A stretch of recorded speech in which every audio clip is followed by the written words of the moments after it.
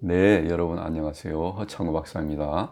오늘은 여러분들께서 많이 궁금해 하시는 주제, 성모님은 과연 죽지 않으시고 살아 계신 채로 승천하셨는가?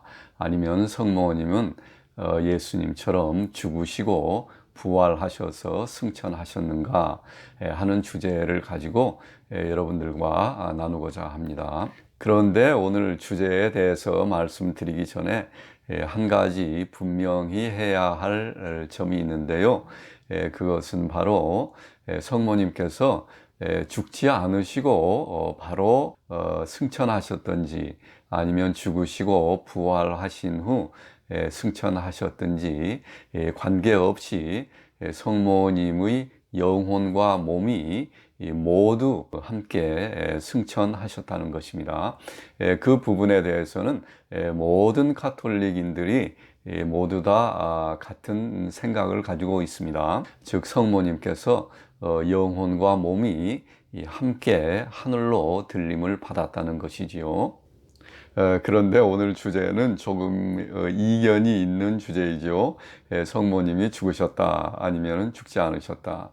그런데 이와 같이 이견이 생긴 것은 성모 승천 교리를 선포하신 교황 비오 12세께서 교리를 선포하실 때 그 교리에서 성모님이 죽으셨다 아니면은 죽지 않으셨다 하는 아무런 말도 하시지 않았다는 것입니다.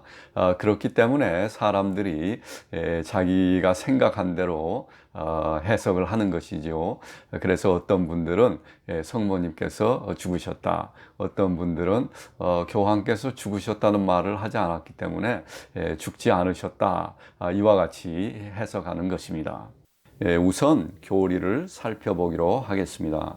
성모님의 승천은 초대교회부터 오랫동안 교회의 전통으로 전해져 내려왔습니다. 하지만 성모님의 승천이 가톨릭 교회의 공식적인 신앙 교리로 선포된 것은 비교적 최근인 1950년입니다. 1950년 11월 1일 교황 비오 12세는 원죄 없으신 하느님의 어머니이시며 평생 동정이신 마리아는 지상 생애의 여정이 끝난 다음 그 영혼과 육신이 천상의 영광 안에 받아들여졌다 함으로써 성모 승천을 교리로 선포했습니다. 그런데 교황 비오 12세는 이 교리에서 성모님이 죽으셨는지 죽지 않으셨는지 분명히 하지 아니하고 지상 생애의 여정이 끝난 다음 이라는 간접적인 표현을 사용했는데요. 바로 이 문장 때문에 상당수의 가톨릭 신자들은 성모님은 죽지 않으셨다 하고 생각하고 있는 것이지요. 여러분은 교황 비오 12세가 말한 지상 생애의 여정이 끝났다는 의미가 성모님이 죽지 않으셨다로 느껴지나요? 아니면은 죽으셨다로 느껴지나요? 물론 죽지 않으셨다로 해석할 수도 있겠으나 여러 가지 상황 증거를 검토하여 보았을 때 저에게는 성모님이 죽으시고 무덤에서 묻히신 후 부활하시고 승천하셨다고 해석하는 것이 올바른 해석인 것으로 여겨집니다. 그 이유로는 첫째로 그 단서는 교황 비오 12세 자신의 교리에 관한 문서에서 찾아볼 수 있습니다. 교황 비오 12세는 772년부터 795년까지 재위했던 제95대 교황 하드리아노 1세의 말을 인용했습니다. 오 주님, 즐거운 오늘은 복되도다. 하느님의 거룩하신 어머니께서 현세적인 죽음을 겪으셨지만 자신에게서 성육신하신 당신의 아들 우리 주님을 낳으신 분은 죽음에 머무를 수 없었습니다. 또 그는 이렇게 기록했습니다. 초기 크리스찬들은 하느님의 위대한 어머니가 실제로 이 생에서 떠났다고 믿었습니다. 하지만 이것이 그녀의 신성한 몸이 무덤의 부패를 당하지 않으며 신성한 말씀의 장막이 먼지와 재로 변한 적이 없다고 그들이 공개적으로 선언하는 것을 막지는 못했습니다. 즉 교황 비오 12세는 초대교회 크리스찬들은 성모님이 죽었다 하고 믿었다는 것입니다. 또 그들은 성모님이 죽은 후 무덤에 묻혔으나 성모님의 몸은 부패하지 않았다고 믿었다는 것입니다. 두 번째로 많은 성인들이 성모님이 죽으셨음을 말하고 있기 때문입니다. 특히 1602년부터 1665년 스페인에 살았던 아그레다의 마리아 수녀는 성모님의 일생에 관해 성모님으로부터 직접 전해 들은 후 신비로운 하느님의 도시라는 그녀의 책에서 성모님의 임종에 대해 이렇게 말했습니다.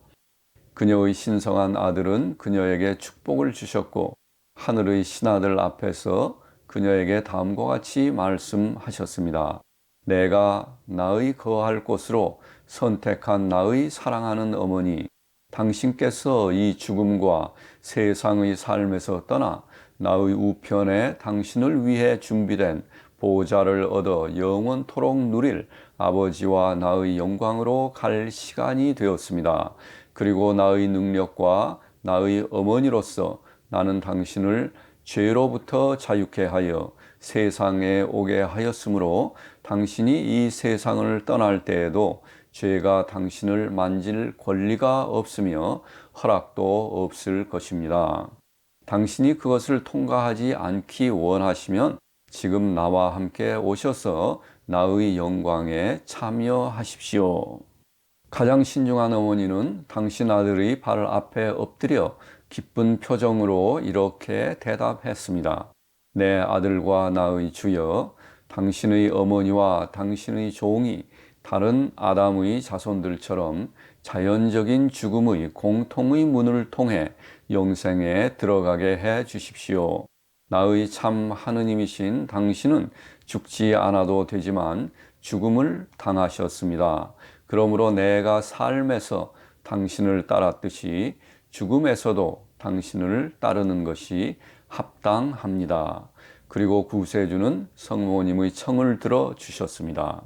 아그레다의 마리아 수녀님에 의하면 성모님은 8월 13일 오후 3시에 죽으셨고 일요일인 8월 15일 부활 승천하셨습니다. 그녀는 성모님의 죽음과 부활 승천이 예수님이 죽으시고 부활 승천하신 지 21년 4개월 되는 같은 날에 일어났다고 말했는데 당시 사용하던 로마의 율리안 칼렌다에서 이 모든 사실을 종합해서 면밀히 조사해 보면 예수님은 기원 후 31년 4월 13일 금요일에 죽으시고 15일 일요일에 부활하셨으며 성모님은 기원 후 51년 8월 13일 금요일에 죽으시고 15일 일요일에 부활하셨습니다. 세 번째로 많은 전통적인 성화들을 통해서도 성모님이 죽으셨다는 사실이 표현되어 있음을 알 수 있습니다. 성화에서 우리가 알 수 있는 것은 사도들이 슬프게 지켜보는 가운데 성모님께서 누워 계시며 성모님 곁에 예수님이 오셔서 성모님의 영혼을 받아 품에 안고 계시는 것을 볼 수 있습니다. 죽음은 영혼이 육체에서 떠나는 것을 의미하므로 성모님은 죽으셨음을 알 수 있습니다. 네 번째로 동방정교회가 성모 마리아는 다른 인간들처럼 죽으셨다고 확실히 믿고 있다는 것입니다. 즉 성모님이 죽었을 때 예수님이 오셔서 성모님의 영혼을 받으셨다고 정교에서는 믿고 있습니다. 이 모든 사실을 종합하여 볼 때 아마도 성모님의 승천은 이와 같이 이루어졌을 것입니다.